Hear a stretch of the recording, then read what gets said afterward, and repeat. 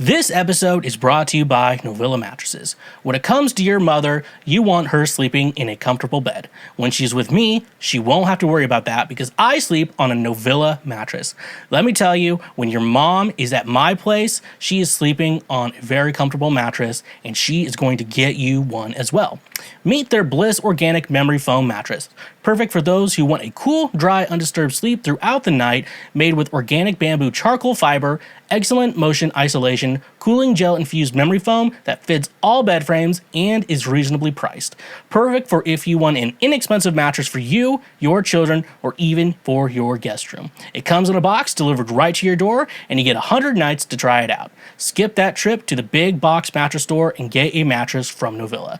Throw out that cheap Walmart mattress you got in college and get yourself a mattress made by Novilla. Using promo code Schweezy or the link in our description, you can save 10% on any purchase through Novilla directly. Try out the mattress that your mom tried out last night. Again, that's 10% off using promo code Schweezy. And a reminder, when you use our links, you directly support this show.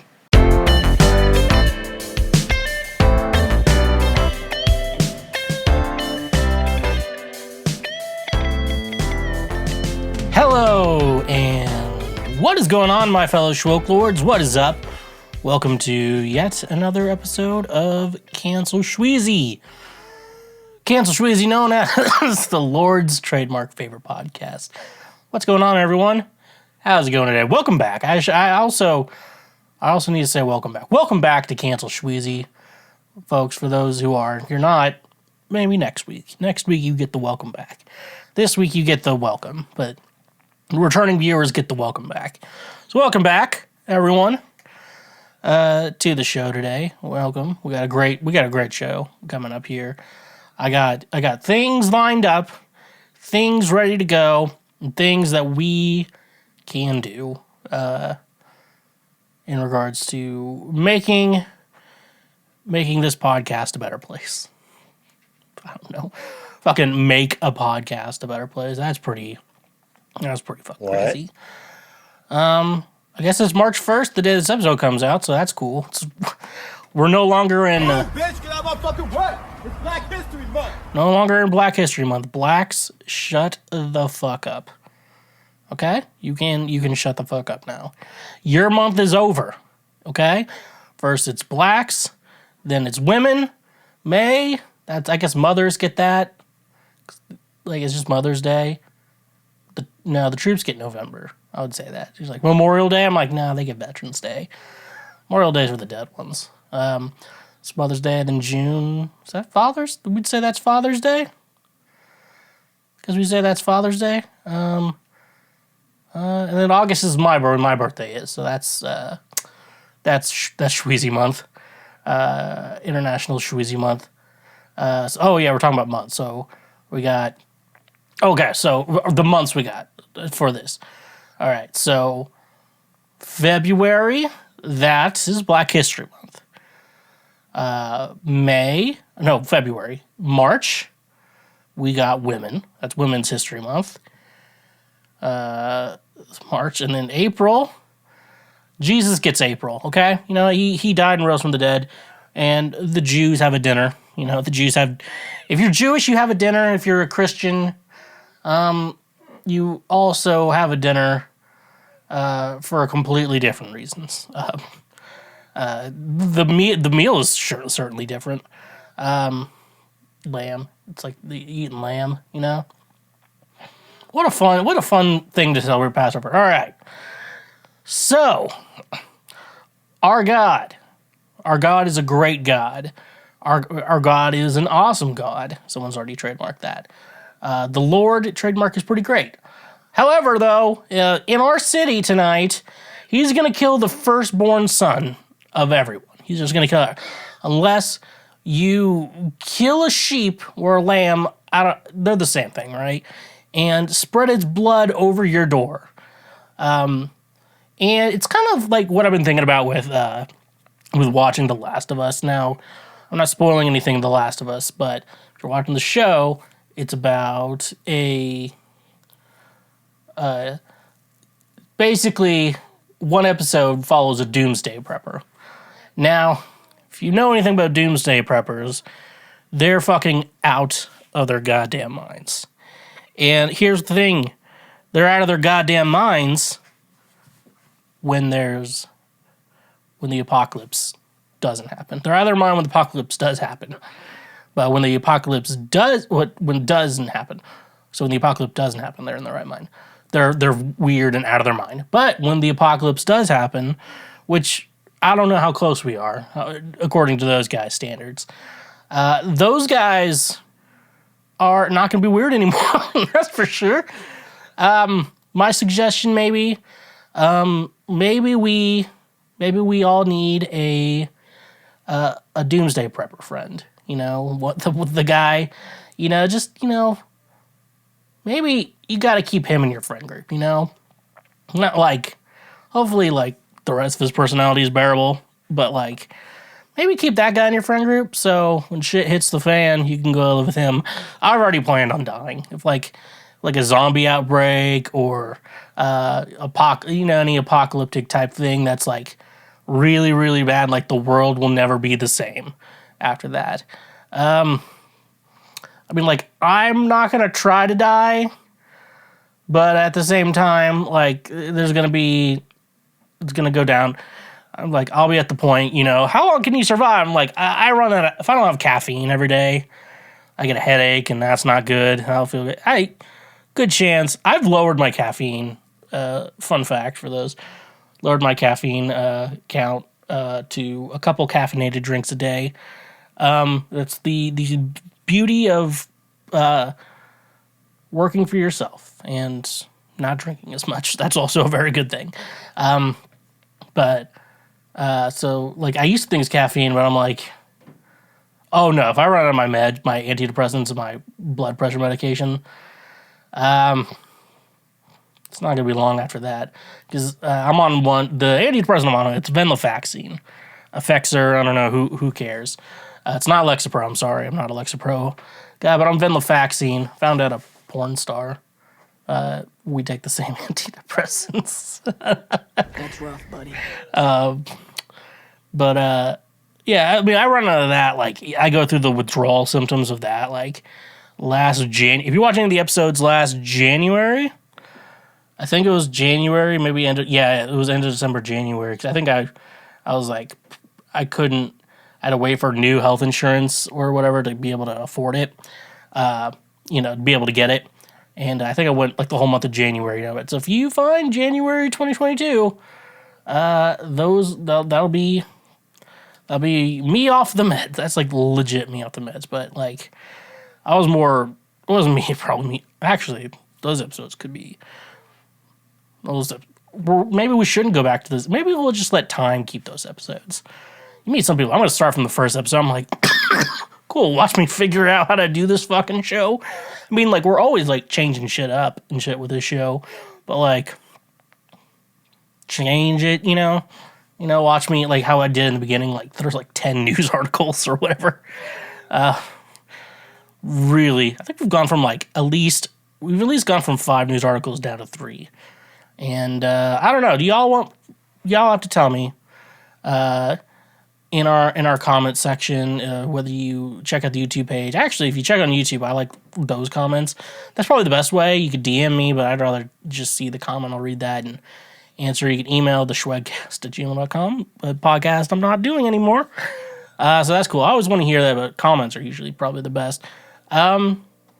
In regards to how many news segments do you want? I try to make it an hour and a half, and so and I'm trying to keep listener retention too, but mainly because I want to talk about, like, try to promote everything, like make sure you're subscribed to the show, be an audio listener, just making sure that you check out our YouTube page and make sure you're subscribed there and check out the highlights and share the highlights with all your friends and stuff like that, stuff like that. If you're on Twitch, twitch.tv/TheSchweezy, make sure if you have an Amazon Prime account, connect it, that way you get to subscribe, which is different from the follow. Following's free. Subscribe is financially supporting a creator on Twitch, and help me. I like that. At TheSchweezy. Social media, music is under Schweezy. We do have a Patreon page. It's a tip jar right now. It's a great way to say thank you for being a friend. So that's the stuff. you know, usually have to like go through and I'm trying to. Why am I telling you this? You know, I'm just keeping viewer retention. Y'all want to know how the sausage is made? You want to know how the fucking cancel Schweezy sausage is made? You know, shit, you know, you change all the time. Anyways, though, now I don't have to tell you that shit anymore. So welcome to Cancel Schweezy, folks. The only podcast that caught the Pokemon gulpin'. Gulpin' D's nuts! Move, bitch! Get out of my fucking way! It's Black History Month! I messed that up. Gulpin' D's nuts! I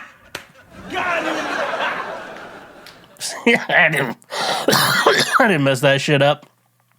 Anyways, though, it's February 27th where I am. Yep, and this morning we had Pokemon Day today, which is the anniversary of when Red and Green came out in Japan. That was the Game Boy games. For those of you who are like, I kind of know, but explain it to me.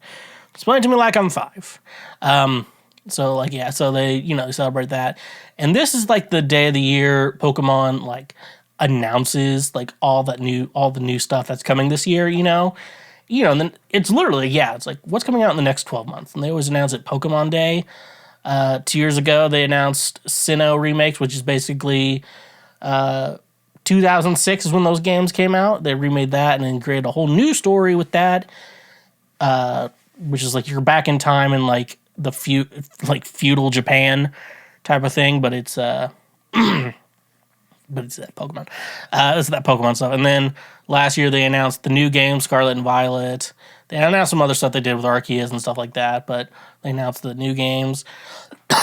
And that was that. And so today we were like, okay, Scarlet and Violet DLC is going to be announced. What we were all expecting was, everyone was expecting Pokemon to make the announcement that they're going to add the Game Boy and Game Boy Advance games, Pokemon games. So that would be red, blue, maybe green, yellow, gold, silver, crystal, fire red, leaf green, and ruby, sapphire, and emerald. They were going to add those because they just added the Game Boy Advance and Game Boy games were like one of the biggest sellers on those portable handhelds was Pokemon. And so it's just weird. And the 3DS eShop is closing soon. And like they released the original games on there. So, everyone's kind of weird. And we know they can play them. They play the games. So it's super weird. So they didn't announce that. They announced DLC for the new game, which, I'm excited about, but we all figured that was coming. What Pokemon used to do is they used to release games, and you're like, this is the game, and then they'd re-release the game again, and they were called enhanced versions. So for Gold and Silver, there was Crystal. For Ruby and Sapphire, there was Emerald. For God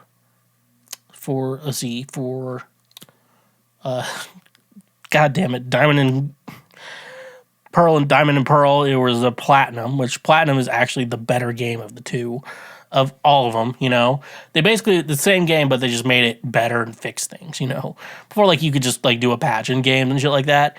And then, there's more. Ultra Sun and Ultra Moon, which was legit the same game, just enhanced. Like, just made a little bit better. Like, it was almost because it was like, but also it's 2 versions, too. So everyone was just like, Pokemon really just made one game and then made me buy the same game with an update a year later. And when it was like those kind of updates, it was it's like they're like, why don't I just wait out until I get the enhanced version? It's what you do, or you buy one and then you end up buying the enhanced version again, and you're playing the same game again, just with subtle differences.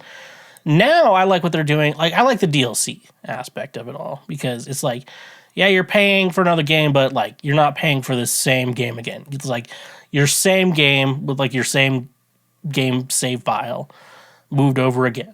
And so, anyways, though, yeah, that was the Pokemon Day event. That was really cool. And lucky for me, I didn't get my hopes up. So I didn't get my hopes up for the Pokemon Company to announce something. I'm like, I am not. I like Pokemon, but I try not to be like a Disney adult about Pokemon, if you know what I'm saying. Because there are the Disney adult equivalents of a Pokemon fan, and it's mostly guys. Just saying, like, at least with the Disney people, they get women. They got Disney adults that are women. Pokemon adults are mostly all men. Like, it's all men. And there's like one woman. Okay, there's a woman. I don't know. I don't know the percentage, but it's very rare. I'd say 1 in 30 Pokemon fans are women. And you think like Pokemon is basically like a neutral gender thing. I think it's just like the state of how like women, they sold video games as a toy, and toys were boy toys or girl toys, and so video games went to boys and stuff like that. I was like, and they're like, why is it gendered that way? There's shit like that. But yeah, and it's a lot of guys. And the nice thing about the Pokemon community is, I like the Pokemon YouTubers because like there's a lot of good ones I like. I like the most. I like Purple Cliff, M&J TV, PM7. They're good. Burkeeper Toby, they're great. And they show their face, but there's a lot of them who hide behind a cartoon avatar. And the reason why is exactly. I feel like the Disney adults have a little bit of a better life than Pokemon adults. And that's really saying something. If you get what I'm saying. So anyways, that's enough about Pokemon. That's the Pokemon day. I'm excited for the DLC. I'm gonna buy it. I'm gonna play it probably on stream. Twitch.tv/TheSchweezy. So I'm gonna probably play it on stream. So everyone go check that out and stuff like that. And it's good. Those games, Pokemon games, always really do. I think I'm more of like a Pokemon. If I play video games, I'm more of a Pokemon guy. And when like people are wanting to watch Pokemon content is when new games come out. And it does really help my streams and shit like that. And anyways though, that's something. I had a thought here. I just wanted to go over this thought real quick. Isn't it convenient that Superman's white? Just saying, because like he was born white. He looked like the fact that he was sent to a planet that the race there resembled what Kryptonians look like very closely. And like if you don't know, the reason for Superman's powers is because when Superman lived on Krypton, it had a red sun, and I guess with the physiology and the body parts of a Kryptonian, a red sun makes them act like normal people. But like when Superman's under our sun, I think they either say orange or yellow. What's the sun's color? It's debatable. So when he's under our sun, it like gives him more power because of it, and that's some people don't know that. People think just Superman can do it. So Superman goes to a planet with their sun is a weird color. His powers change. People forget about that. But like he came to Earth. And he was like, they're like, oh, he looks human. We can get rid of this. The fact that he landed in Kansas. And Kansas is a little bit, it's not as racist as you think it is, but it's there. It's there. But, they're a free state, so they were against slaves. But the thing is, with that, is the fact that a man that's bulletproof, indestructible, super strength, can fly, the laser beams, I feel like that's overkill. Superman, the laser beams, the eye lasers, that's like overkill. Like there's an X-Man, Cyclops, that's his name, yeah. That's his whole power. It's just that's all his powers are. It's just the laser beam. And Superman had that, he's just like, yeah, that's the thing. Because I think about like the super strength and, it's already, if you take away the laser beam, the ice breath too, but those are always like the most random circumstances.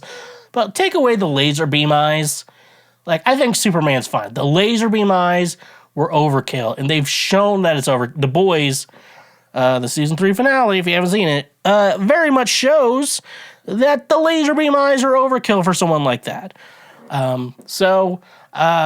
Laser beam eyes, unless it's the only power, like, it's overkill. But like a white guy with that power construct, like Bruce Wayne, he's a rich guy. Rich guys aren't worried about shit. Like, he's a rich guy. He was worried about Superman. Like, if that guy, like, I know he's a good guy right now, but if he ever decides to turn on us, we have to have a plan and shit like that. And Batman basically almost won. Like, because I guess the continuing of the Snyderverse was going to be basically they try to fight Darkseid on his turf, and it goes bad. Darkseid kills Lois Lane, makes Superman go crazy, turn evil, and Superman's like the ruler of Earth, post-apocalyptic. So if you watch the Snyder Cut, that, you know, the Flash and fucking what's her fucking Johnny Depp's old Amber Heard, you know, she's in it with, and then the fucking Jared Leto Joker shows up at the Zack Snyder Cut, and like there was all this, and then they previous did it, and then the whole thing, Lois Lane's the key in Batman v Superman, like it was all supposed to lead up to that. So like there's storylines like that. But like, could you imagine if Superman was a black man? Like, and he was just like, I want to save you while everyone's running away. Everyone's like, Zod's white, but Superman's black. Like, everyone's I mean, I would want to know what's going on. Okay, I'm not saying I'm siding with Zod. I just want to know what the story is, and then I'll pick a side. I'd pick Superman's side, but a lot more people would be picking, like, you know what, Zod, I think you're right here, and shit like that. So, and it was, though I've been rambling forever. Let's get into a previous week right now. What is previous week right now, you may be asking?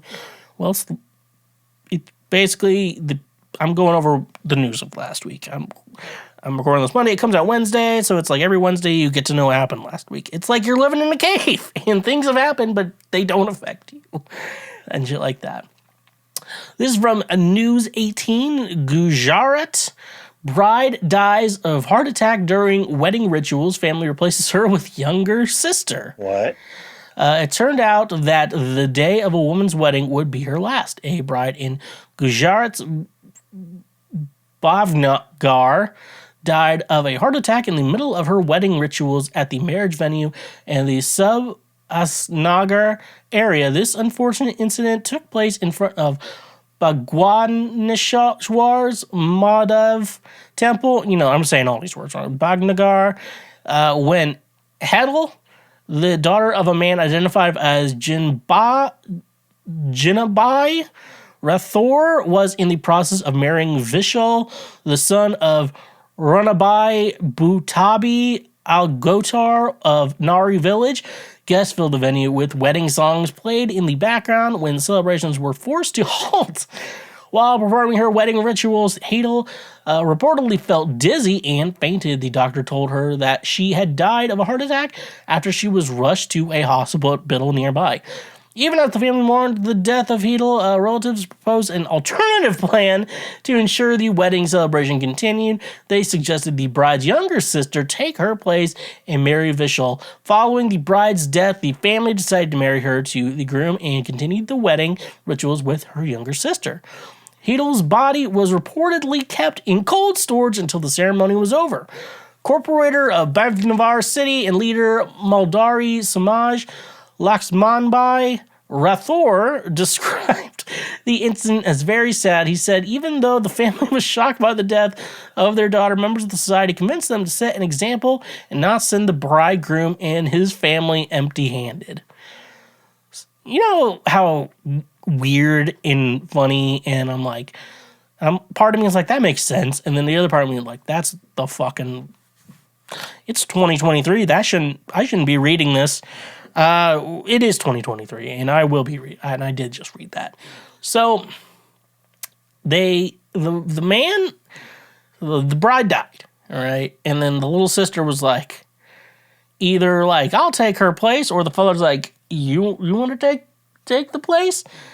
and shit like that. Could you imagine if they just like live happily ever after because of that? Like, what what if this is like an actual fairy tale story where this man is in love with the little sister, but like since like the traditions are from the 1500s, they has to marry the older sister, and so they both plot a plan to murder the older sister so the daughter and him, or the younger sister and this dude could just get married. Like, what if that's the story? That's Hallmark, call me. That's a story.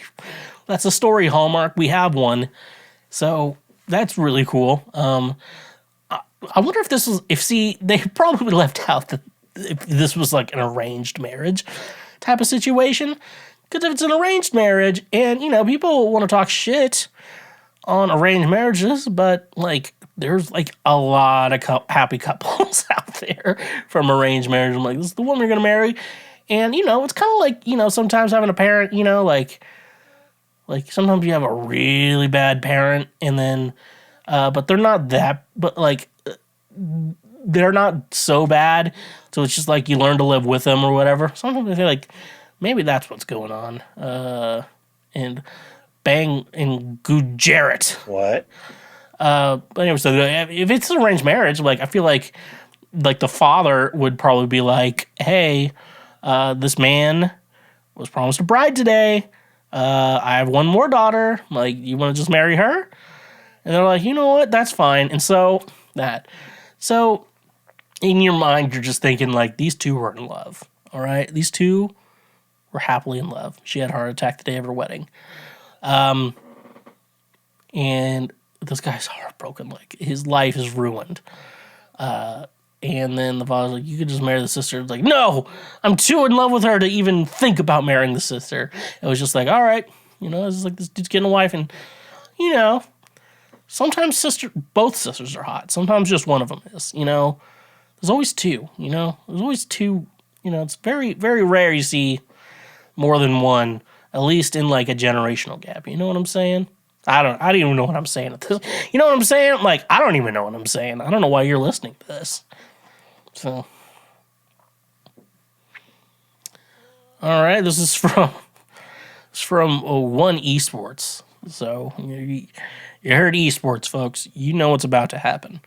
Naked girl enters wrong hotel room. League of Legends gamer continues playing.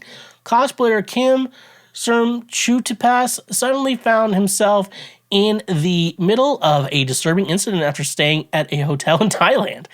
His hotel room was suddenly invaded by an unknown woman who lay down in his bed and started sleeping.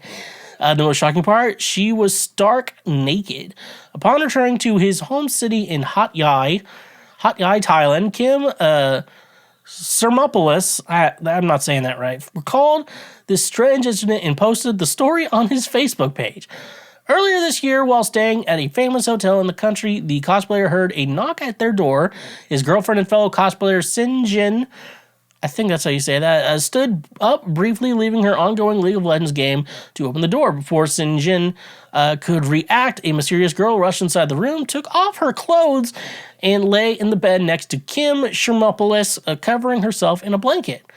Kim claimed that the woman fell asleep on their bed and that he himself was so confused as to what was going on.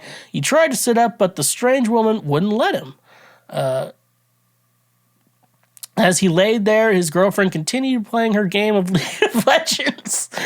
She didn't seem to care about the situation and told him to handle it himself. Things were eventually resolved when he called the hotel receptionist to take the mysterious woman out of the room. It turned out that the woman had a psychological illness and forgot to take her medicine, which resulted in the incident. I didn't want to hear about her. I mean, you could just be like, you could have just left her there. We're all like, she's drunk. It happens to the best of us, okay? It's happened to the best of us. So wait, so the chick, in my country, people named Kim are women. Hot Yai. Explain while you stand. The cosplayer heard a knock at their door. Okay, his girlfriend and fellow cosplayer singing stood up briefly, Oh, so the chick was playing League of Legends. That's a whole fucking different story. Come on, Mark. Don't be stingy. That's a whole fucking different story. I thought the guy... See, you make these fucking clickbait titles like this, and then you read the article and find out the chick was playing League of Legends and the husband was asleep. They're in a hotel, too. Like, you know, if I'm in a hotel, unless it's like a group thing, or like we're really killing, I don't know, even that killing time, like League of Legends, they had to bring a laptop or a full computer to even do that shit. This guy's like, I can't go without it. This chick was like, I can't go without it. Usually just assume guys like, because I had roommates who played League of Legends, and I'm telling you, that fan base is the worst, probably one of the worst looking. Worse than the Pokemon fan base, I'm telling you right there. We were talking earlier about how the Pokemon fan base was a lot of guys. This is a lot of guys. No, but the chicks who do play League of Legends, I'm going to say this, they are pretty hot. It's a game where the fans are complete opposites.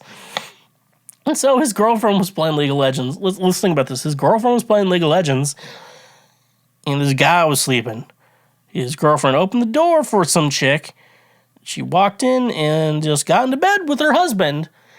And the wife was like, figure it out yourself. Like, at this point, like, this sounds like a threesome I would write, you know?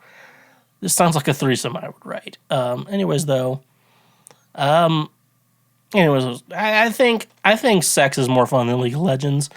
But I'm not everyone. I can't answer for everyone. I'm sorry. I can't be perfect. Let's just jump into it. Okay. Last article we got here from CBS News. Ohio pizza shop draws attention for seeking to hire non-stupid people. I like that. A pizzeria in Columbus, Ohio is raising eyebrows after advertising to hire a specific type of job applicant. The family-owned Santino's Pizzeria has posted a sign reading, "Now hiring non-stupid people." The job ad has garnered social media buzz for the tiny shop on the city's southwest side. Santino's didn't immediately respond to a request for comment Tuesday. Most customers who saw the sign have laughed.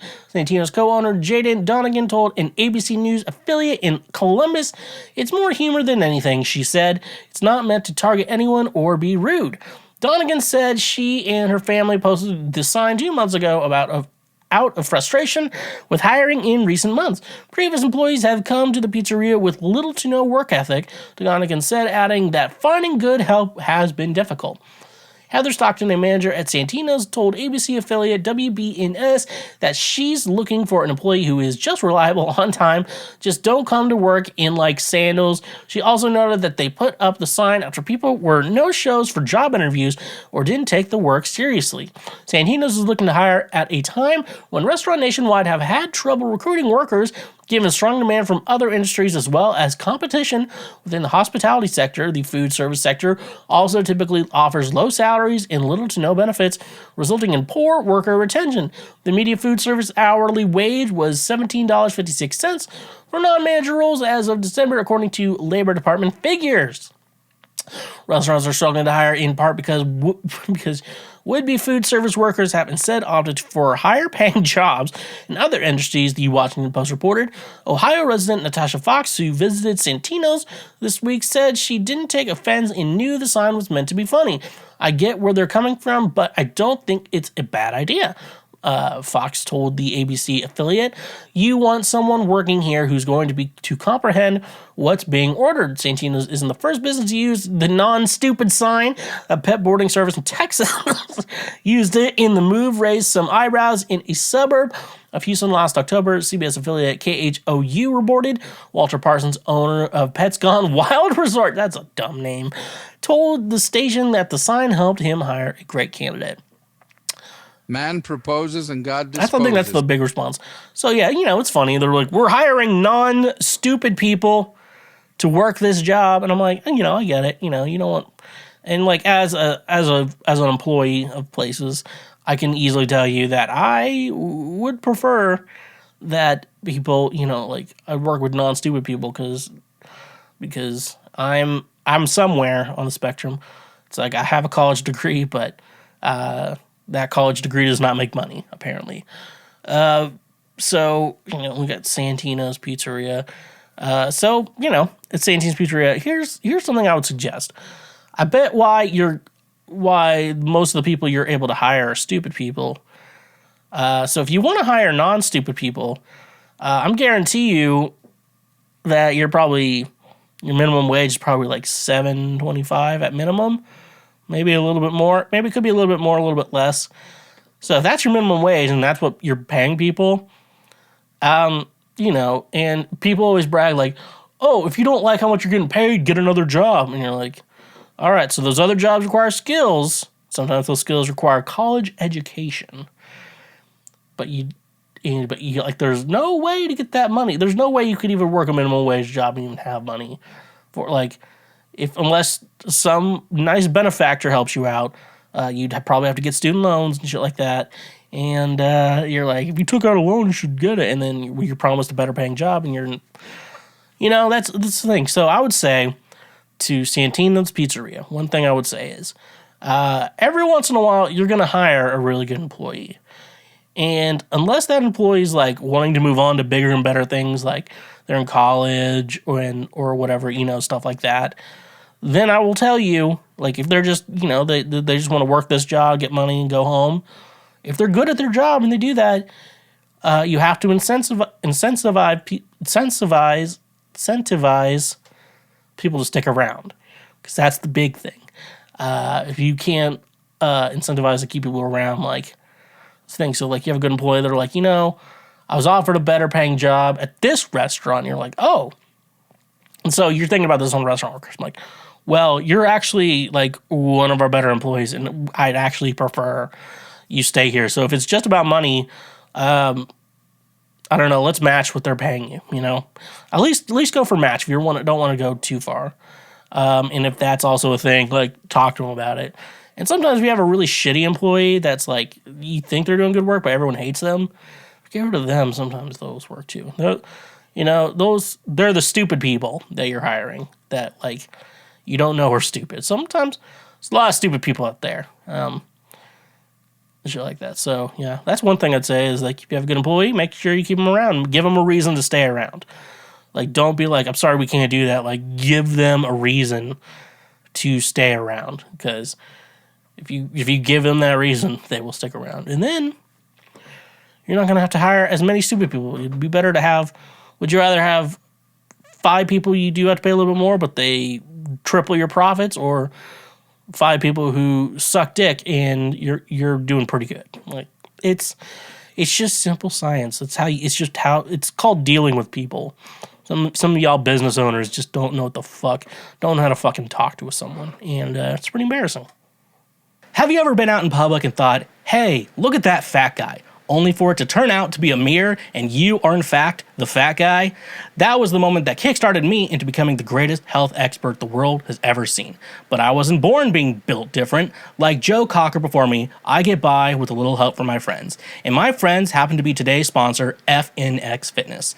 FNX Fitness is committed to creating innovative supplements of the highest quality that provide focus for a productive morning, energy to thrive all day, performance supplements to reach new goals, unique sleep and recovery formulas to support any sport, and healthy supplements to support an active lifestyle for years to come. I also really enjoy their clothing line that makes you look good while you work out as well.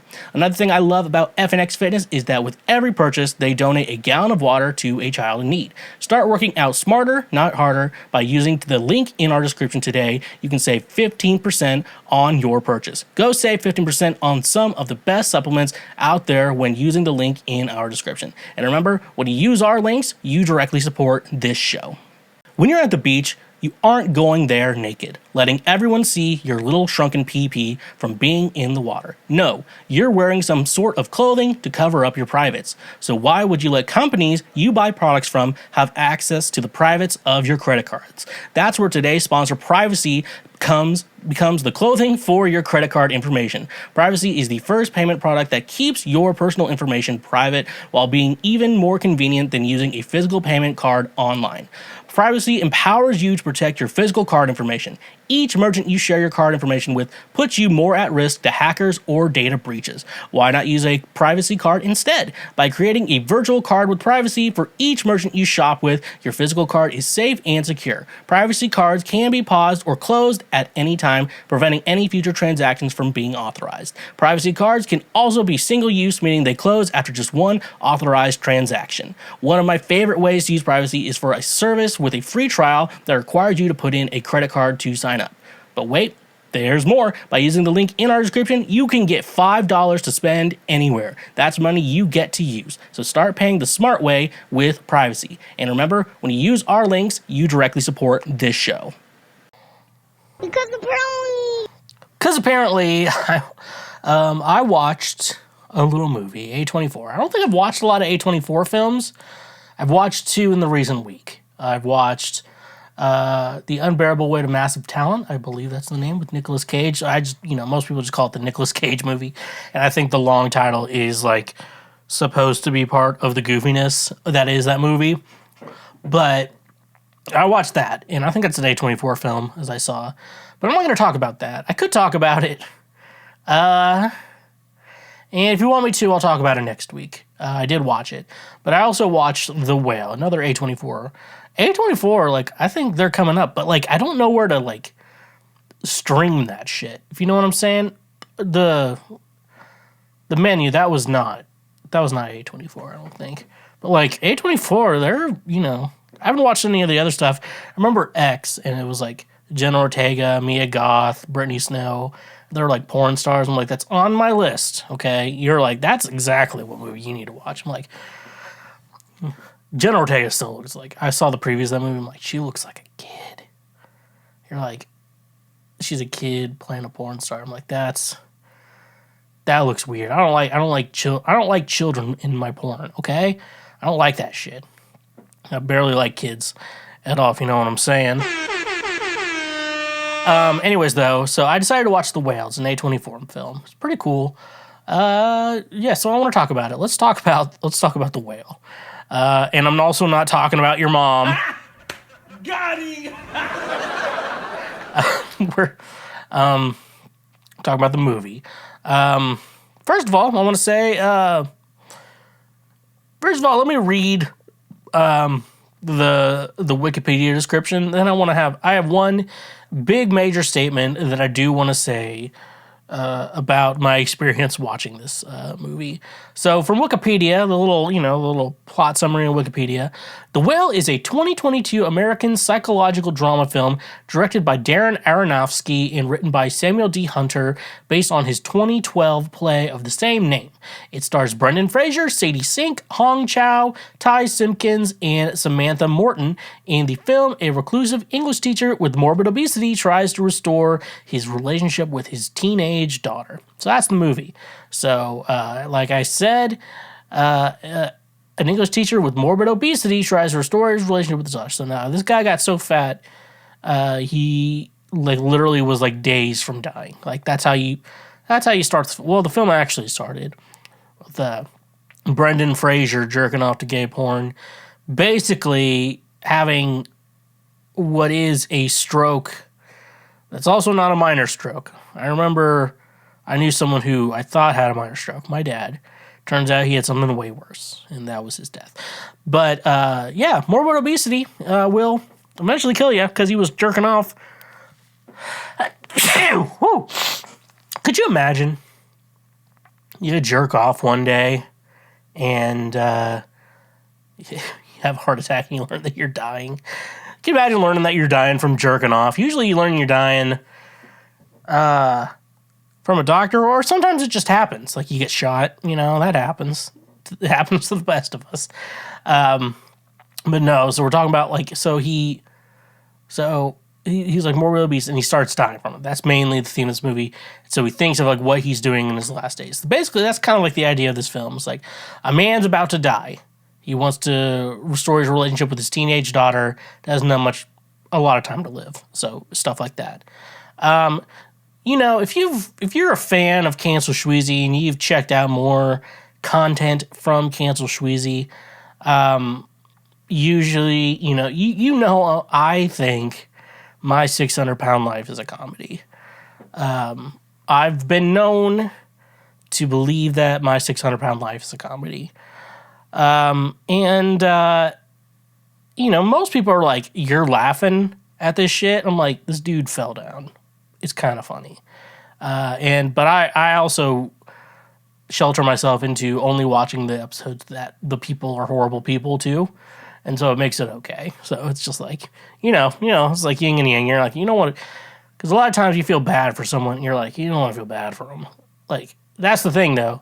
These people who are like, whose health is like, who got so fat. And like, I'm probably at my work. I'm probably back up to where I was, and not in a good, I'm not in good shape, and I don't claim to be in good shape. And I know I need to lose some weight at this point in my life, but like for me to get fatter than this, I have to work for it. I think at this point, like, because I guess, it's like if someone's like, so I usually eat one meal a day, and it's like just around dinner time, and it's like this idea of like, and I go out to lunch, like someone's like, you want to get lunch? I'm like, do I want to get lunch? I'm like, and you like the social aspect of it, but you're like, I'm not gonna eat that much. So it's like my mom's birthday, like her sister came to town, and she's like, you can come too. 'Cause I think other people were there as well for lunch, and I'm like, I got chips and queso at a Mexican restaurant. Like, it was all good. And they're like, you don't want anything else? I'm like, well, I know I got another meal today, so I gotta. And you would think I'd be in better shape, but I'm gonna tell y'all, alcohol, that shit is a lot of calories. If you want to feel good about yourself, it's like, do I want to feel good or do I want to look good? You see those people who like work really hard to look good. Like they don't have a lot of fun. Like, their fun is the reason why, they look, I don't know, shit like that. Anyways, though, was this movie funny? No, it was not funny. Even if you think fat people are funny, I don't think fat people are funny. I think bad people who are getting what they deserve is funny. And it's funny and shit like that. Anyways, so that's The Whale. We're going to get in more information I want to get into in The Whale. One scene in the movie. So most of you, if you're normal and not fucking autistic like me, this is the type of guy you get. You would understand, you would know, like, if you look at little background details and Easter eggs in movies, they tell you a lot about other things. Most people just fucking watch a movie. I like to look in the background for little details and little shit like that. It's what happens when you really like those Marvel movies and the Star Wars movies and shit like that. But I looked in the background, and they had one scene where Charlie's our main, that's Brendan Fraser. Fucking Brendan Fraser's the greatest. He basically is watching TV, and it's showing the Republican primaries for the 2016 election, like Marco Rubio, Trump, Ted Cruz, and shit like that. Like, that was all on there, and I'm like, okay, so this movie really wants me to know that this takes place spring 2016, which, he's a English professor in a college, so, and he's teaching classes during the show. So you'd probably assume it was in one of those times, like fall or spring, like usually that does not matter to most situations unless like you want fall to be a mood or whatever. But like they had that scene in the movie and shit like that. And I was like, okay, so I get it. And then the movie finished. I'm like, why did they reference the 2016 primaries as much as they did? Like, in the movie, I don't understand it.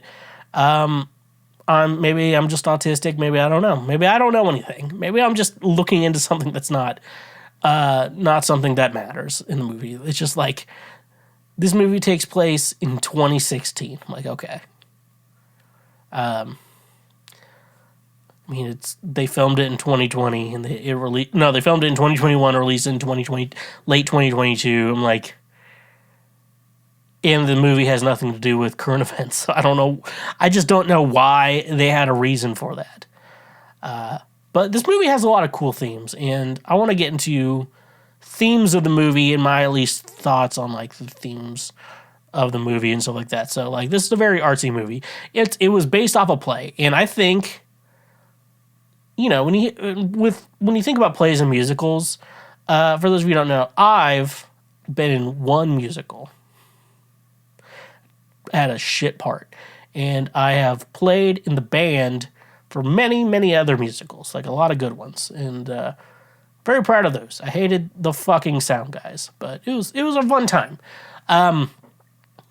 Set changes are very hard. So a lot of times when you think about like musicals and stuff, if you watch the Hamilton musical on Disney Plus, you notice that like the set changes. There's not really a set change. It's like the one whole thing the entire time. So plays and stuff like that want you to be there. So that's why I think one reason why this whole movie takes place inside of Charlie's apartment, because it was a play, and that's why. And also, it really has a lot of cool ideas just, as a movie, You don't watch a lot of movies where it's like, that's the set. Like, that's all the set. Like, they recorded a couple other scenes, maybe like a beach and some other scenes, that were needed to not be in Charlie's apartment. But that was really, really cool. They put it in 4:3, and it's really cool as a I don't know. I hate saying like I'm a fan of film. I'm more of I like to watch movies. I hate saying I'm a film fan. I did take a film appreciation class in college, and it was like at 12:30 Tuesday, Thursday, and I had a friend's like, I don't know how you got into a film class that was like during like the day. Because like friends who did anything in film or anything, they were like, it's always at night. Like your classes are always at night. And like I don't know how you got it during the day. Because it was gen ed. That's how it is. But yeah, I got a B in that class. Wrote about Annie Hall, which does not age well for me. The worst part is I was babysitting Josh's kid. We all know Josh, author of Track and Desire or Journey After Swallowtail Kites. I was babysitting his kids when I wrote that essay on Annie Hall. And it's like, I like Woody Allen movies, but like that Woody Allen is a rascal. Like he is really a rascal. Anyways, though, let's get into the themes of this movie. Themes that I think matter. The decline of your physical health in regards to your mental health is one thing I wrote down. So Charlie basically, he was always kind of a bigger guy, which I'm always, I'm a koala. I always consider myself because I'm a bear, but I'm also a twink at the same time, and I'm not like a giant. And so it's like I'm the perfect gay man for many, many, many, many different people. So yeah, you're declining physical health. So it's basically you learn in the film that, Charlie was married and had a wife and everything. And, he was a teacher. He was always a bigger guy.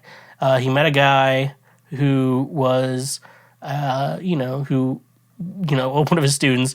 And, they had an appropriate relationship until the class was over. And then they started fucking and everything. And Charlie, left his family to be with this guy.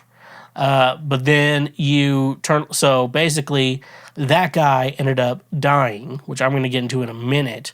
But that guy dying caused Charlie, his mental health really just damaged his physical health as well. So, when you're, and, I know a lot of bigger guys. I said, I know. If you're like a bigger guy, that just because you're a bigger guy does not mean you're necessarily unhealthy. Like, you probably have some things. I think, I need to lose weight mainly because I probably have sleep apnea and I've not gotten a CPAP yet. And I should really get a CPAP. But it's kind of one of those things I'm just like, I just want to find someone giving one away, It's a weird, I just get like a new mask, just don't be, I use CPAP, new mask though. Like, it's a new mask. It's not weird. So, yeah, we talk about that. But, basically, when Charlie's boyfriend, husband, partner died, he got really depressed, and it caused him to become a fatso. And it's funny because, food can be an addiction like anything else. I could easily become a food person. Thank God I like alcohol and weed more than food. But also, the problem is, when I do the drugs I want, do the shit I want to do, I also want to eat. Dude, I could be fucking worse than I am. The fact that I said, hey, I only eat one meal a day, some people were like, that's alarming. But then I'm like, I also could become this fat. I'm like, maybe one meal a day is good for this guy. Oh, he's eating 2,500 calories in one meal, but then that's all he eats today, It's like, maybe that's not that bad. But, no, it's definitely, I think this is a mental health thing. And people talk, I don't want to talk about mental health for a second. your mental health very much ruins your physical health and stuff like that. I don't know, like, the best way to explain it in this podcast where we have to talk about other shit too. But, like, you think about, you're just so depressed. I'm like, oh, okay, I'm so depressed. I don't really want to shower. So you just don't shower, and then you get some weird, gross thing like fungus or whatever on your body, which we all do. Like, apparently you get, once you get old, it's just like you just have fungus on your toenails, and it's just like, it's part of life now.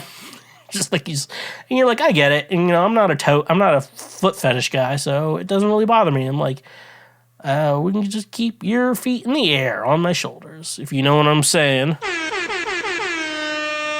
So, yeah, I guess if, in all jokes aside, I want to say, like,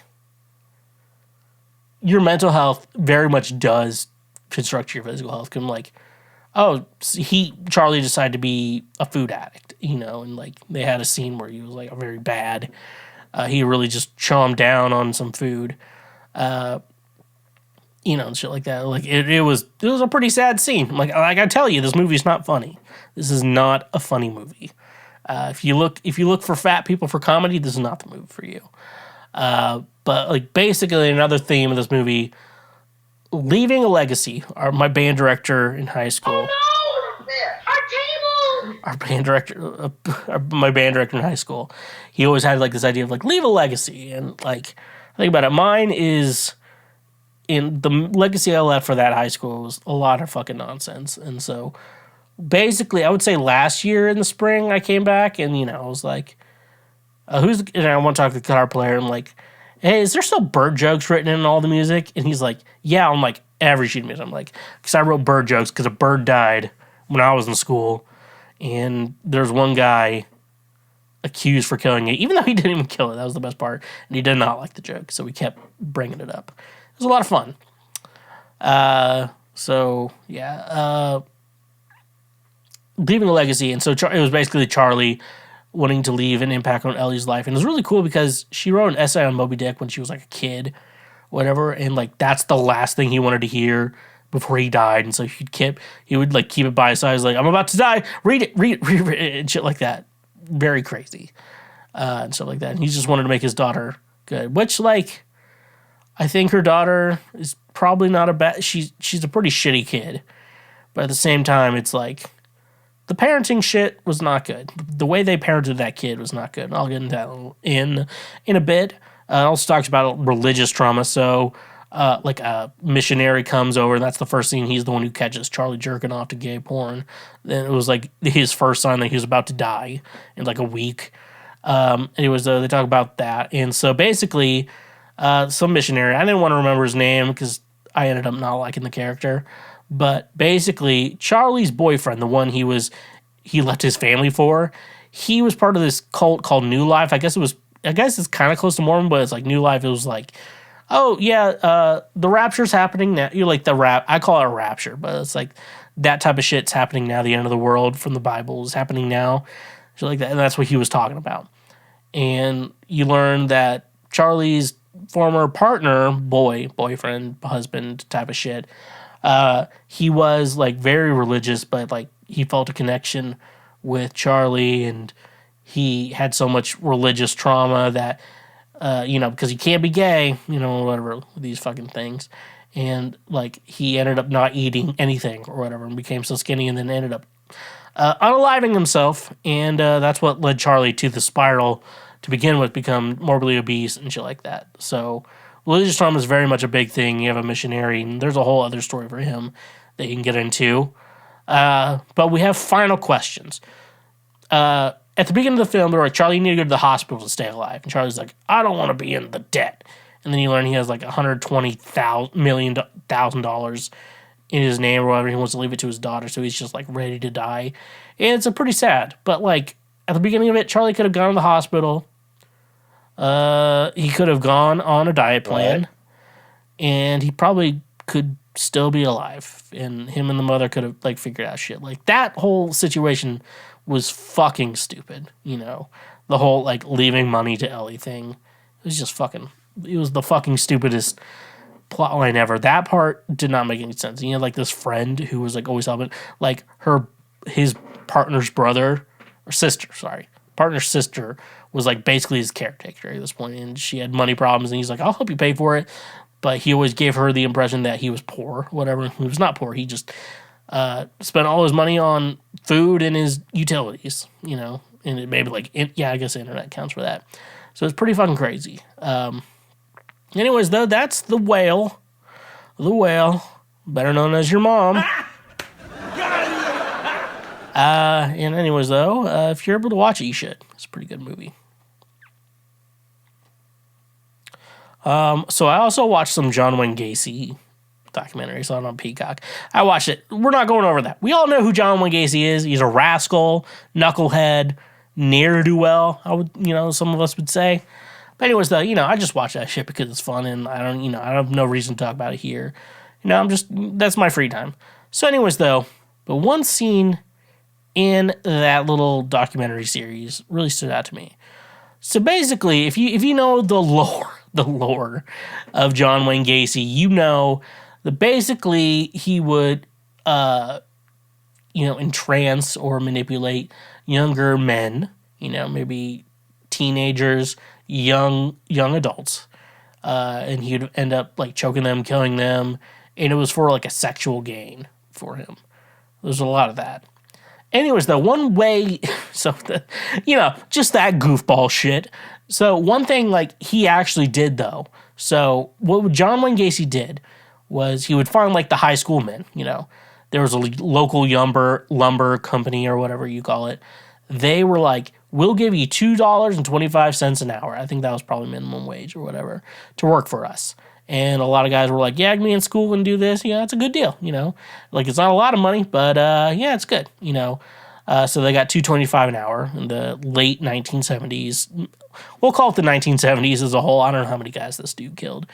But John Wayne Gacy was like, hey, if you work for me, I'll give you $5 an hour. Now, $2.25 to $5 is a big difference. So I do want to bring that up. So, like, that is a big difference.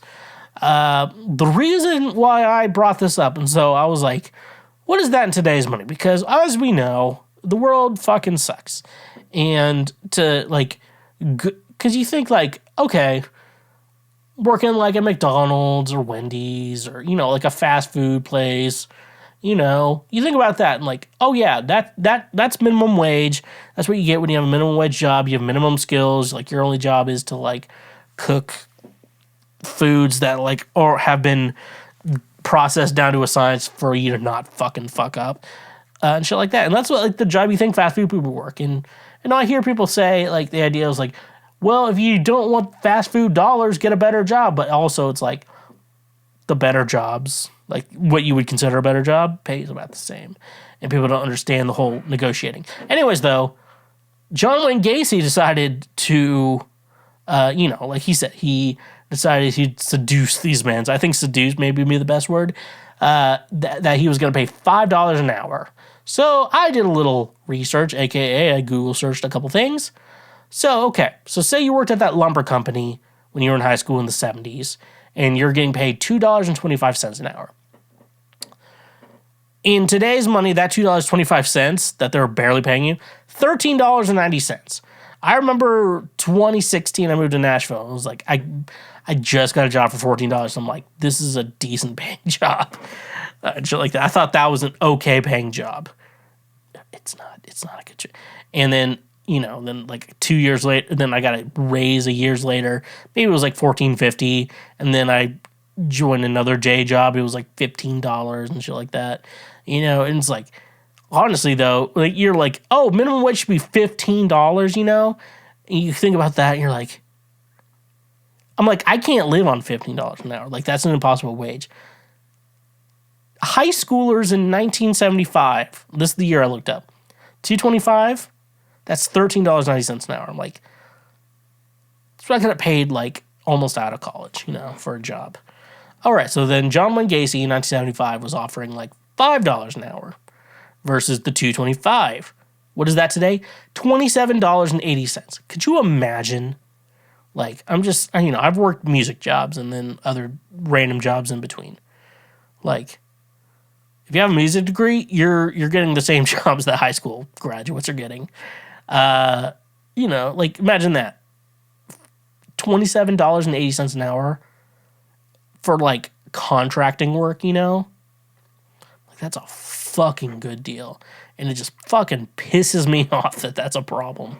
Nowadays, people are like, I don't want to pay people that much. I'm like, you used to get paid that much. And then fucking someone's like, I want to make more money, so we create inflation. And and we're getting to a point where like, well, it's like, we can't just print money. I'm like, we can at this point, Like, we decided to go from like a gold standard or whatever to like this paper standard that's supposed to mimic gold standards, and like we can just print more of it. And then they're like, oh yeah, we're a cashless society now, we're going to move to like we're all digital now. I'm like, digital currency? We're almost getting to like I could just fake a number and nothing matters, and I'm not a genius, so I can't be answering these questions. So we have to move on. So I saw this today. I like literally saw it today. Maybe the middle of the night today, but I literally saw this today. What, February 24th? Okay, we're not too far off on this. I wanted to talk about this. 19 jaw-dropping celebrity facts in parentheses, people learned after reading their Wikipedia pages. Okay, so we have to go through this. I'm not going to read the fucking article. 1. Mark Ruffalo's brother was found outside his home with a gunshot wound to the head. The case remains unsolved. I mean, I love Mark Ruffalo, but that shit sounds, it's, here's the really bad thing. It's like, we're all a little fucked up, and you like to hear how other people got a little fucked up, but this is just fucking sad, dude. Mark Ruffalo, his brother was gunshot wound to the head, or case remains unsolved. So either Mark Ruffalo did it, or they probably know who did it, but like they don't have like the evidence, to like prove it. This is what I'm going to assume, the shit that happened, with that. Matthew McConaughey's dad lied during intercourse. The best part about this is that there is no other explanation to what the hell happened here. So that's even more weird than everything else. You know what I'm saying? Ryan Gosling, this isn't the only part that was good, but it is the very best part. He hated being a child, was bullied in elementary school, and had no friends until he was 14 or 15. In the first grade, having been heavily influenced by the action film First Blood, he took steak knives to school and threw them at the other children during recess. This incident led to a suspension. You know how it's weird how Ryan Gosling was bullied so much? He had to bring knives to school to protect himself, and he got in trouble for it. It's the failings of our school system. And it's pretty fucking sad. This is pretty fucking sad shit right there. And, like schools want you to be a certain way, and if you're that way and another person is not that way, which I'm assuming someone who is very much becoming an actor, yeah, this is pretty fucking sad. And Ryan Gosling deserved better than that. Like, Ryan Gosling the teacher should have fucking figured that shit out about what was going on with Ryan Gosling to a point where he didn't need to bring fucking steak knives to school to protect himself. Okay, schools, we need to figure that shit out. Sam Cooke, okay, that's an old singer. He's not alive anymore. After he was killed, okay, yeah, that's okay. I remember that. His protege, Bobby Womack, showed up to the funeral wearing Cook's suit. 3 months later, he married Cook's wife, Barbara. He later released a song about sleeping with his friend's wife. They ended up divorcing after Barbara caught Womack in bed with her and Cook's 17-year-old daughter, Linda. Barbara fired a gun at his head, but it only grazed him. Linda later married Womack's brother, Cecil, and they had several children together. That's just fucking, that's a movie right there. Have they not made a miniseries about this shit yet? Because if they haven't, this is the perfect time to do that shit. Because I think we all know I want to see that. And the world needs to be known about that as well. Okay?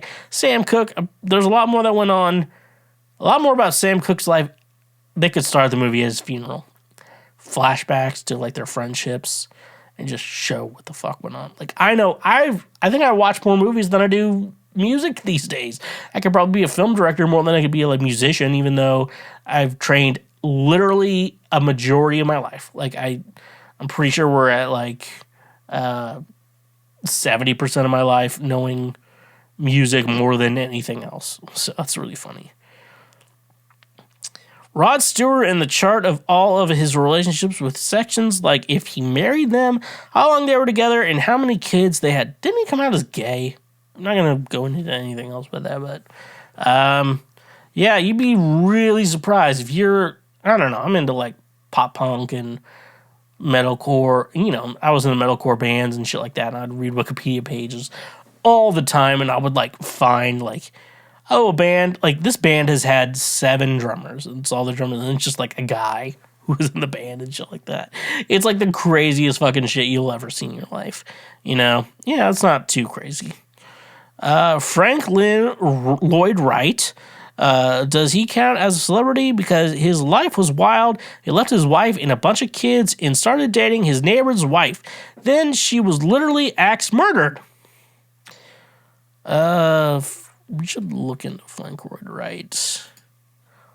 I want to look at that real quick.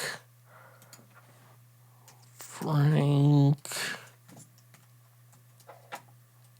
Lloyd Wright. He was like a...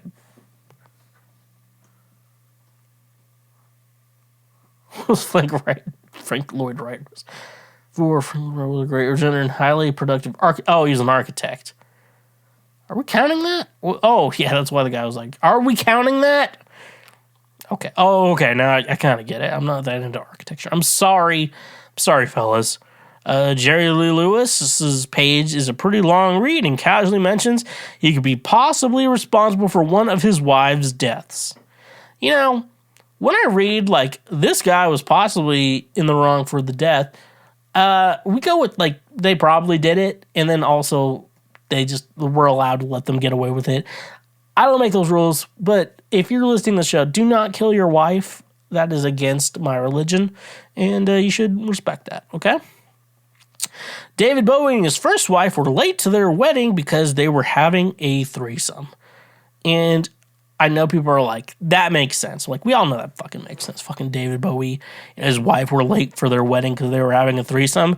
That makes 100% sense. I know they were like, God damn it, we're late. You know, I was like, but that was, you know, like, you know, when you decide to be late for something and wonder if it's worth it, and then later in life you're like, it was kind of worth it, you know? I mean, that's how it is, but like, no one's surprised about this shit. Like, David Bowie was late for his wedding because he had a threesome, his wife and another chick. No, it's not that. They didn't say it wasn't a guy. I don't assume it was a chick, though. Like, fucking another guy. Back then, though, guys were not like, I'm down. You know, guys weren't like, I'm down for another guy in here. But we do not have sex. And shit like that. But anyway, so that's pretty cool. That's pretty cool. And I hopefully we'll get it one day. And if you know what I'm saying. Charlize Theron's mother killed Charlize's father in self-defense when she was a teenager. You think that should be more common, to be honest with you. You think it is? To me, I feel like that's more common. You're like, my mom killed my dad because he was abusive. And you're like, that makes sense, you know? Shit like that. But also, like, I'm just, like, thinking outside the box here. Charlize's, like, life growing up, you know? It's like, my mom killed my dad. I never got to know my dad. And, like... probably good you didn't know your dad. If your mom kills your dad for self-defense, it's probably a good thing you didn't know your dad. And whatever daddy issues come out there, like, there's a man out there for you. Just, you know, just want to trust you. Charlize Theron, though, like, I want to see more of Clea in the MCU. Just saying. It's been almost a year since she was in a post-credit scene of a movie. We need more of it. We need more Marvel content. I'm running dry on Marvel content, and I really... want something, you know, Ant-Man and the Wasp just really got me a boner, and then now the boner's going away, if you know what I'm saying.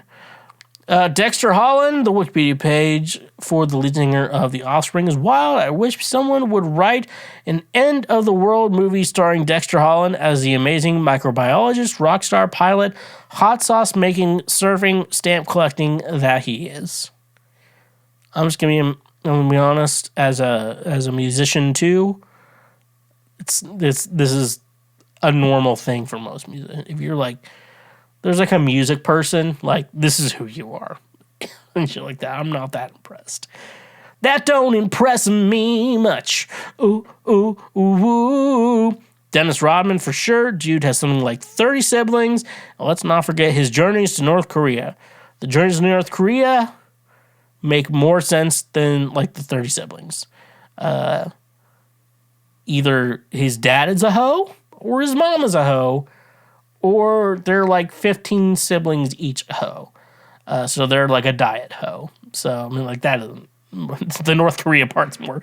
He has 30 siblings. I'm like, either his dad got around, his mom got around, or both of his parents. Actually, probably both of his parents got around. Probably that's 15 children per parent, you know. And you know, I have one brother, and he fucking sucks.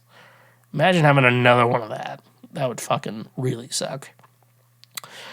Courtney Love, hands down, her life started out with her dad, who was the tour manager for the Grateful Dead, dosing her with acid as a toddler. By the time she was 20, she had moved to New Zealand, got kicked out of boarding school, moved back to the States, and became legally emancipated at the age of 16. She was a topless dancer in Japan, Taiwan, and Hong Kong, lived in London with a member of Echo and the Bunnymen, briefly became the singer of Faith No More, and cleaned vintage costumes for Paramount Pictures. That's not even half of it, an absolute unhinged biography. Now, it is weird to think, when you think about like music history, how much Courtney Love comes into place. Because, like, I'm not that big of a fan of Courtney Love, but, like, I understand her presence in the world, and I'm accepting of it. You know what? I'm okay. But then we're talking about, like, her biography. I'm like, yeah, that shit's fucking crazy. That is the craziest fucking shit. But anyways, though, I don't like Courtney Love, but, like, her biography, yeah. I'll tell you, fellas, it's pretty cool. Kelsey Grammer has had a very unfortunate start to life. Most of his family died young or were murdered. That is very sad. Kelsey Grammer, I love fucking what a fun memory of my dead father. But one Monday, there's a video on the internet of Kelsey Grammer falling off a stage, and it makes me laugh. And so I sent it to my dad. I'm like, Monday motivation, and he takes it back. What's that supposed to be? He watched the video. Kelsey Grammer just, you know, it's a dark room. He's giving a presentation on some bullshit. He just fucking falls off the stage. Funny shit. Anyways, though, sorry, Kelsey Grammer, for your bad early life.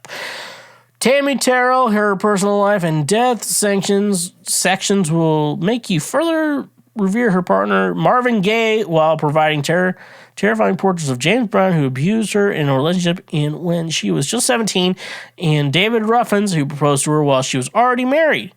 Yeah, if your life involves Marvin Gaye in any way, it's a curse, because basically when he was alive and did shit, you know, his existence was a curse. And if you accidentally sound anything like a Marvin Gaye song, his estate will fucking try to ruin your career, because it's just a bunch of fucking people who don't do shit with their life. They just sit around all day. They're like, oh, that person's sounds like our grandpa. No, we should make a lawsuit so we get some of their money too. Fuck that estate. Jack Nicholson grew up thinking that his mother was his older sister. She had him as a teenager, and his grandparents pretended that they were his actual birth parents. He found out as an adult when a researcher from the Time magazine told him.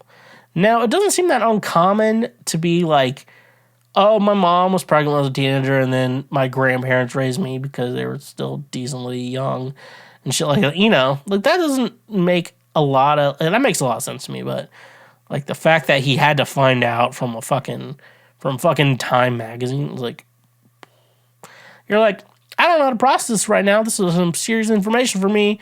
Thank you for making it so fucking blunt. Thank you for that. And Hesh's whole life was filled with trauma from beginning to end. Her father died of AIDS when she estranged from her openly homophobic Christian mom and 3 of her 4 siblings before she was 40, including 1 infant death and an apparent suicide. After her high-profile relationship and breakup with Ellen DeGeneres, agents were hesitant to cast her. She eventually had a meltdown at a California ranch in 2000 and created a fantasy 4th dimension world. Then the page talks about her recent fatal car crash and how it was a complete chaos. We're not going to talk about this. This is too sad. This is too sad for this podcast. Elizabeth Taylor, if I recall correctly, a lot of Elizabeth Taylor's husbands, boyfriends had the same age from her early 20s to her 60s. She just loved men at a certain age. All right, that, guys do that all the time and no one looks away at it. Woody Harrelson, I absolutely love Woody Harrelson, but imagine my utter shock when I discovered his father was a bona fide hitman who assassinated a federal judge, his dad who also apparently claimed that he was one of the first who shot JFK, but apparently that was all said to stall his arrest. Oddly enough, this makes me love Woody Harrelson even more. Like, how could you even not have a sense of having a father like that? Yeah, that makes some fucking sense. He's probably like, yeah, my dad was a fucking goofball. I had a goofball for a father. Oh, we're at the last one. And finally, this less shocking but more wholesome tidbit, Alan Alda in how he met his wife. A cake fell on the floor at a wedding, and they were the only 2 guests that ate it. All right, we're going to go into a serious conversation right now. Food falls on the floor. Do you eat it? Now, if you're in a place where the floor is always clean, clean in quotations, go for it, like figure out the gross parts and, don't eat those. But, and then, George Costanza eating the donut or whatever the fancy donut name for it. Him eating it, like I thought that was fine. There was nothing weird touching it. It was fine. Shit like that. I think that's fine. Yeah. That's that. Celebrities are people too. We all have a life. Life's what you make it, so let's make it rock. That's from Hannah Montana. Have you ever cracked open a cold one with the boys? The vibes are on, then all of a sudden, you are out of cold ones? Though the vibes are still on, the vibes will soon go off because you are out of cold ones. There's no need to drive when you're under the vibes. That's why today's sponsor, Drizly, is here to make sure that the vibes continue. Drizly gets all your favorite beer, seltzer, wine, whiskey, and much more delivered directly to your home. With their easy-to-use mobile app, we are getting one step closer to never leaving our homes. It's saying something when it's being praised as the Amazon for liquor. Drizly is my go-to app for getting all the booze I need so I can do other things. So using our link in the description today, you can save $5 off your first purchase through Drizly. Drizly has proprietary ID verification technology that it provides to its retail partners that allows drivers to scan IDs for more than a barcode to make sure the purchaser is over 21 years old in the US and of legal drinking age in Canada. Retailers on Drizly may have a minimum order or delivery fee. So using our link in the description, get $5 off your first order with Drizly. And remember, when you use our links, you directly support this show. You're not a boomer who still goes to what our ancient civilizations called a store. You buy everything on the internet like a modern individual. What if I could tell you that you could be saving more on your purchases by only making a few clicks on your computer? That's where today's sponsor, Honey, will change your life. Honey is a free browser extension you can download using the link in our description of this episode. Honey searches the entire internet for promo code, coupon codes, free shipping, and anything else that will save you money when buying things online. It is 100% free, and at no point will you have to pay for it with all of those many microtransactions. It's as simple as pressing a single button, and you can start saving money. Not using Honey is basically throwing money away that could be saved for more important things. I recently had to get business cards for myself, and Honey literally saved me 60% on a pack of 500 business cards. It was amazing. Add the Honey extension to your browser today for free by using the link in our description of this episode. And when you use our links, you directly support this show. Oh no! Our table! So it's time for Oh No, Our Table on Cancel Schweezy, the part of the podcast where I answer questions. Questions from you, questions from anyone. DM me on social media or email theschwedcast@gmail.com. I don't really give a fuck what you do. Figure your shit out. I identify as a fucking threat. That's the real article. Name it this or whatever. Who fucking cares? Anyways, let's get into the fucking first question. Why do men love doggy style so much? What? Okay. So yeah, I guess I kind of get why a lot of guys like that. Like a woman's bent over and you're like fucking her and shit like that. And like, you know, the whole like, hey, we're in the office right now. Let's have sex in like the best position to have sex in that specific moment would be doggy style. And honestly though, I would have to say doggy style has to be the most like convenient position because like if a woman's wearing jeans or whatever, you know, it's like you just pull her on the jeans and she's bent over and shit like that. So yeah. When in regards to porn, like when it comes to actual sex, I'm not gonna fucking tell you that. You know what? I want to keep something to myself. You know, I want to have some sort of a personal life, which I do have. It's just the fact that it's slowly getting intertwined with this show that I don't want to answer that. But yeah, you know, doggy style in porn, I'm not that big of a fan of. You know, some guys are really into that shit, but I'm not. It's just like, I don't know, because like if you just look at a guy fucking a random like pack of ass cheeks or whatever, you know, it's like I can't just get off to that. I don't know. Like when I watch porn, it's like the woman in the pornography that I'm interested in and what I want to see. So I don't like it in porn, and which is like a very debatable take. You know, a lot of guys are like, I like doggy style porn. I'm like, then like you have like you can live off like 5 porns. Like the woman, like what actually happens, like when you're like looking at a porn in doggy style, it's like the woman doesn't matter. It's just like how big those ass cheeks are and et cetera, et cetera. Like I generally think that doggy style porn fucking sucks. Unless like doggy style porn in like the first, it's not like it's in first person is what I was trying to say. Doggy style in first person, boring as shit. But doggy style in good cinematography, What? that's something to talk about, you know, when it's different. But yeah, I don't know. I'm really into like first person porn, I guess. So doggy style isn't that much. So why do guys like doggy style? So there is something actually to this. I don't want like you to leave with like, oh, this is fucking nonsense. In regards to like actually having sex, it's a little easier for guys. Like when you're laying on your back and shit like that, and you're like your legs are frozen solid, perpendicular to themselves, and you're like, this is a little hard, so you know you got to stretch that out. You know, most girls know, like, oh yeah, the legs need to be near my head, you know, and shit like that for missionary and shit like that. You know, it's like that, and then you flip them over, it's like this is the best angle. And you look at animals, or we're looking at animals of our planet, we know that they fuck doggy style. And we call it doggy style because that's how we watch dogs fucking in the past, and that's weird too.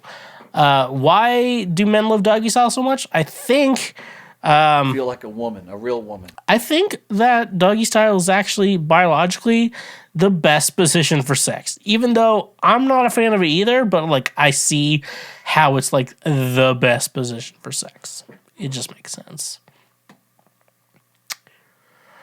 Why is it called a blowjob when no blowing is involved? Okay, so for you to think about it, I do want to explain what I think a blowjob should be for the women and women who don't, for all the women who don't understand, and for all the men who will 100% agree with me. I think it's like that.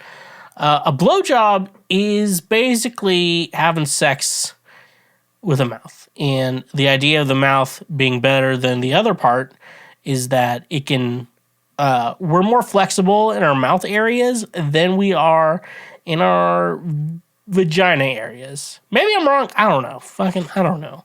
But that's the appeal of it, you know. Every woman's different, you know. Look, every woman has the same vagina. You know, if every woman had the same vagina, let's talk about this for a second. If every woman had the same vagina, they'd all have the same periods. And then someone would get pregnant and then maybe offset that? I don't know. I don't know how that works.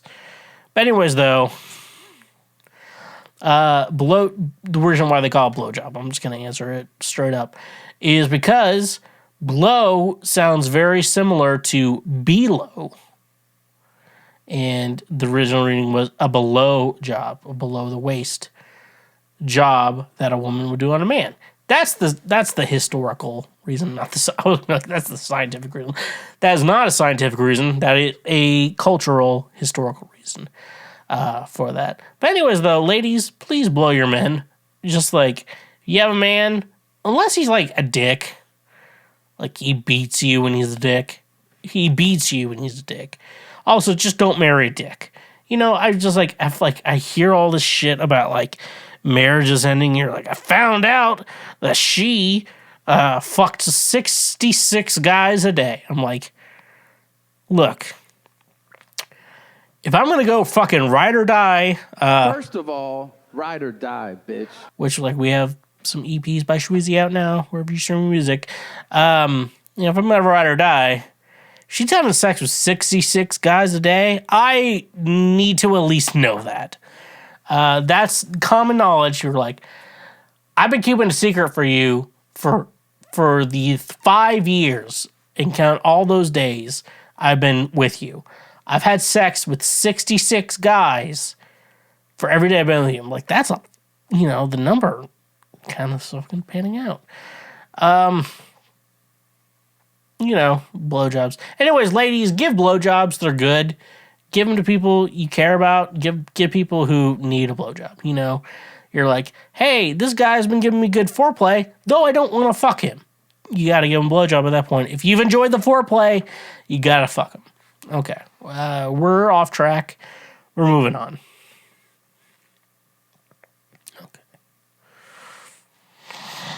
Okay. Should I wear cat ears headphones outside? Hi, I am male 17. Wanted to buy wireless headphones to use outside, but I don't really know if it is weird to use it outside, as I was also planning to use it on school and gym as well. Should I buy normal wireless over ears or wireless cat ear headphones anyway? Jesus fucking Christ, dude. First of all, Tozo, T-O-Z-O headphones, not sponsored. Those are the best headphones you can buy. I have a pair. I've been using them forever instead of Apple AirBuds, and they sound perfect. Like, I think they sound perfect. They're like $20 to $25, worth that price. Like 100%. Like, that's worth the price of those headphones immediately, and they've lasted me. We're getting close to a year with those headphones. They're like really good. They're not like the greatest headphones of all time. When I talk about Bluetooth headphones, and that's the thing I want to say, Bluetooth headphones are not anywhere. I would say 5 years minimum, 10 years maximum. That like we have Bluetooth headphones that will sound as good as wired headphones. And mainly, I want to say the reason behind the wired headphones is because wired connections are always better, and theoretically, they always will be better. Some point in the future, like if I'm going to talk about like what I think tech's going to be, it's going to be wired connections are going to get so good that wireless connections are going to get so good that wired connections are going to be super obsolete. And like we already think wired connections are obsolete, but they still come in handy like a lot, especially if you're going to be uploading a lot of like wired systems, you know. especially in regards to like uploading things to the internet. Like, do you think Linus Tech Tips has like 20 megabits per second on their fucking internet, like lower than what I had in college? No, Linus Tech Tips is gonna have the highest shit and shit like that. So headphones wise, we're not that far away. Like, we already have wireless headphones that sound just as good as the audiophile shit. I guess the question you're asking is regard to when I say headphones, I'm like, hey, headphones are good. The in-ears I use are $20. They're really good headphones. KZN, around $20. Use them if you want to. Cat headphones. Like, I'm telling you, and I just want to sell all people. Unless you have a weird thing with in-ear headphones, like when I talk about the Tozos, and you want to think about like AirPods and shit like that, like, or what's the fucking brand, Ray J's or like Raycons, you know, these are the Tozos I have. They're like very discreet in ears and shit like that. And they do have a battery and shit like that. So you do have to think about like the battery and the Bluetooth and shit like that. But my iPhone connects to it fine as long as I turn it on in like a normal way and shit like that. So headphones are good. I think earbuds are really good. That's me. I have Jacob Gaps, a guy I've played with. He does not like in-ears because he had one of the like buds or whatever pretty stuck in his ear one time, so he doesn't like them. But like, we're talking about cat ear headphones. And you're a boy. You don't need to wear those. Like, get earbuds. Get I swear, get the Tozos. Tozo. Get the Tozo brand of wireless earbuds. One, it'll look cool. Like, it's not the stems from the AirPods, because that will actually make you look cool. If you actually want to look cool, but you want the Tozos, you want to stand out, you want to be a little different, that's going to be what you want to get. So you better get that shit. And come on, Mark, don't be stingy, because we're not going to be here for long. Why have I gotten more depressed after dropping a close yet toxic friend? 2 weeks ago, I had to drop a close friend despite how much we've been through, how much we've called and slept on the phone. She also hurt me. She has hurt me many times that I lost count. There was a lot of gaslighting as well. I couldn't take it anymore, so I cut off contact with her and never spoke to her since. Despite the fact that it was the right thing to do, I feel bad. I've gotten too depressed and I can't go a day without breaking down and bawling my eyes out once or twice a day. I completely lost interest in any of my hobbies, distractions like going out, walking outside, or even going to the gym don't even work. I even start to question my own sanity. I ask myself, what if I'm the bad guy and she was the victim the whole time? But no matter how depressed I get, I still refuse to go back to her. I know that I will make things so much worse and the toxic drama cycle will repeat again. I'm aware that I'm better off without her and things have gotten more peaceful after dropping her, but reminding myself all that doesn't seem to work. It's true, but it's simplistic. Why do I feel a lot more depressed than ever? How do I stop feeling this miserable? So I feel your pain. I've recently lost some friends in the past couple of days, and to be honest with you, it's made me like a lot more anxious about like my other friends, you know, like the ones that like the friends you've had like your entire life, you know, and would not do it, but you also don't live in the same place, so like being around each other all the time is different. It's so fucking weird. Yeah, your situation, I will say, yeah, you're probably better off without this person. I no doubt want to tell you that whatever this person is giving you in life is not good for you. And that differs from what I'm going through. Like, I don't know why this all comes back to me. Everything has to be about me. I don't know. So, but no, I'm looking at everything you do. Look like she's a lot of drama. She's a lot of things. And she's a lot of baggage, you know. And that's the thing with friendships. Like, you have baggage with your friends. And your baggage needs to be, you know, a certain way, at a certain style and shit like that. And everything like that. But it doesn't sound like she was probably a real friend for you. You know, when I think of my friends, you know, I want to... First of all, ride or die, bitch. Because... this is the type of guy you get. You know, I'm like thinking more about your situation. It's like, yeah, you can lose friends. And I think I started this off like I've lost a couple really good friends this week, and like I'm in a situation where it's like I want them back, but I know I gotta let like at least normal nature like figure that shit out, Yeah, it's like it's okay to be sad about things ending.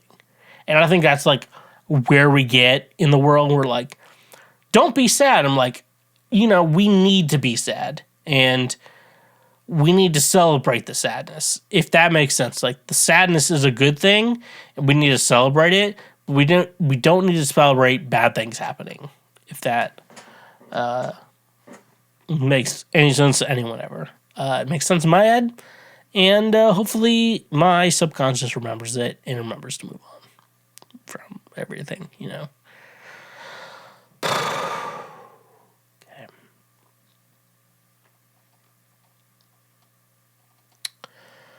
Can some men not tell the difference between real life and porn? Some guys actually act as if they're getting shortchanged if you say no to anal, deep throat, and allowing them to come on your face. They complain when blowjobs are still on the menu, but you're just not allowing them to fuck your throat. For the record, deep throat takes practice. I'm gonna tell you, I'm aware of that. After a year saying no to anal, do they think a woman is going to change their mind? Okay, first of all, I guess this is me talking to the ladies out there. Okay, let's talk to the ladies out there. First of all, ladies, I think you're good. I believe that you're also should be allowed to be having sex with whoever you want, I would just say if you're under 18, don't be fucking people over 1 year over than 18, because it's like 23-year-olds dating 17-year-olds, and you're like, that's not that much of an age. Like, you know what the fuck I'm talking about, okay? You know what the fuck I'm talking about, and I'm sorry for people to see that. And shit like that. So, real life and porn. So, I don't think anal. I just want to say, for me and for everyone else, anal is a pretty big deal. And I'm just telling you, like, if you get in anal is it's different person to person. Because it's like a guy is down to doing anal, but there's like, see, I'm a guy who's like, you know what, I'm not interested in anal anymore. And I feel like I'm going to keep that anymore to myself. And, I'm not interested in anal anymore, but, like, I'm okay with vaginal sex. And so it's like, I meet a woman. For me, I should be, like, meet a woman who's like, I don't want to do anything with my butt. And I'm like, you know what? That curiosity has left my body. We're good. That's how it should be. And vice versa for whatever you're doing. But can men tell the difference between porn and real life? Here's the thing I want to tell you. Because I don't know. I feel like this is like my message to all the penis havers of the world. The women penis havers who are like, well, don't want to fuck me because I'm a woman. I'm like, calm down. But the message I want to give to all the penis havers of the world, what was that message? I did have a fucking message. Is that, the message is that porn is not real life. And I say that when people are like, oh, my reality is broken. I'm like, I wish it was real life too, but it's not. I'm sorry, fellas. I'm sorry about this too. And you're like, okay, I guess we're fine with it. And so, ending that message or whatever, like women read fucking books, there's like this pirate captain. He swirled me around and held me tight close to him. And you're like, yeah, that's like a porn book. Like, porn books exist, And men's porn book, I would just say, is women wanting to have sex with them. You're like, I'm gonna suck your dick hard. Like every man would be like, oh! Just like letting out a scream, whatever.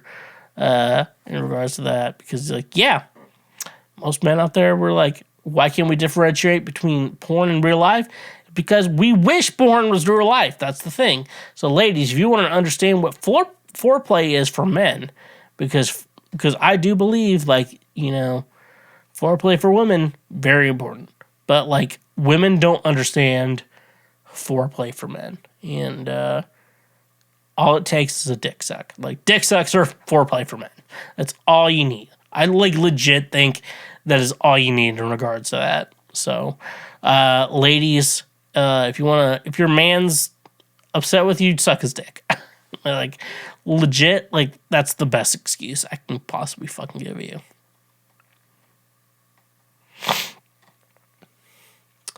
Is it possible to become pregnant after the condom broke, but he never finished?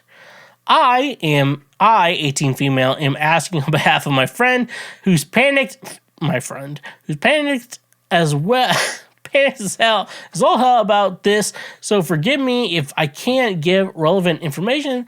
They were using a condom, but the condom broke. However, he never realized it until he pulled out the second and saw at the point he hadn't finished, but was close to it. And my friend said there was a bit of a liquid coming from him. She suspected pre-cum. Now she's panicked that she could be pregnant, and I honestly don't know what to tell her. Is it possible? If so, how likely is it? Okay. So someone did not get proper sex education. I honestly think I would be the best sex educator. I'm just saying, I would be the best sex educator. And, yeah, because I'm like, I don't want to fuck kids, but I do not give a shit about telling kids about sex and like, real life shit. So, okay. So, you had sex with a guy, the condom broke. Questionable about the condom breaking. She could be pregnant. Oh, you're talking about your friend. Oh, yeah, I forgot you're talking about your friend. Anyways, though, so here's the thing with that. So we don't know how vital that guy she has sex with sperm is. And we don't know how fertile she is. Because here's the thing, though. Because, like, doesn't it have to be at, like, ovulating season? Like, I've recently as in like 7 years ago, I learned about ovulating. No, but like ovulating is like the perfect time to have a baby. And then every other time is like, maybe. And then there's like no game. Shit like that. So yeah. So pre-cum could have happened. I'm saying pre-cum could have happened in your situation. And the thing is, how do you get pregnant? It only takes one. Now, thousands, maybe millions of sperm went out in regards to, like when you try to impregnate someone. That's like your usual, your nut. And like, my nut's small. My nut's large. And it's like, seminal fluid's different. So I can't get into that right now. But with this chick, it's like, okay, he never finished, but there could be pre-cum. Now that you have pre-cum. Now, like I say, to get someone pregnant, it only takes one good sperm cell, make it all the way to the end of the journey. So, yeah. The thing is, your situation, do I think she's pregnant? If I was going to gamble, probably not. However, though, like I said, it only takes one. It only takes one little sperm cell to get to an egg, and that's how it happens. So, yeah, they could be bad as well. So if they could be bad. There's enough woman comedies out there to tell you how to do that. If, and I feel like if God decided like, oh yeah, you got this chick pregnant from pre-cum, I'd be upset with God. And I'd be upset with why I did so much fucking church shit to begin with. So, I don't want to talk about this anymore. So I'm going to stop. To go on to the last question of this. So let me have a moment to myself. So the fucking questions this round have been like mentally exhausting. Oh boy, okay. What is your opinion about dating your homie's sister? Okay. I have friends. Okay. I've never been in a situation where I could date a friend's sister. Okay, I lied. There was one time with a very unlikely situation, and it ended up being very unlikely. Okay, your homie sister. Something about ginger balls. His sister is married. She already has a kid. I was not that into when she existed. Okay, she's out. Another friend's sister. She was always hot. I was always attracted to her. She had 3 kids, then got divorced. Okay, I'm not out of that. Okay. So we have a lot of situations where I've been talking about my 2 best friends and talk about their sisters, who I would, like, in no situation hook up with, because even, like, in the positives of it are my negatives. It's so funny. But I'm like with a good friend. All right, I gotta think of. It's hard when you're almost 30 because, like, you have your close friends and shit like that. You're like, oh wait, I have one friend. I'm not gonna give his name. I'm not gonna give his name, but I'm gonna say it. I would fuck a sister. I would not date their sister though. I'll finally figure out one friend, and I'm like, I'm gonna not date his sister. I'm just gonna fuck her, which is like the fucking shittiest I'm gonna do. Why would I not date his sisters? Let's take a look at it. Cause they're like him, and it's like, I like him, but liking him is not a sexual thing, and I think that's the fucking answer to that question. You're like, I have a friend whose sister I'd fuck, and you're like, let's think about this for a second. Do you want to fuck his sister? Do you really want to fuck his sister? You're like, she's into, like, turnips and peanuts. Nope, I'm not into that shit. So that's the fucking shit I'm into. That's the fucking shit I had to learn.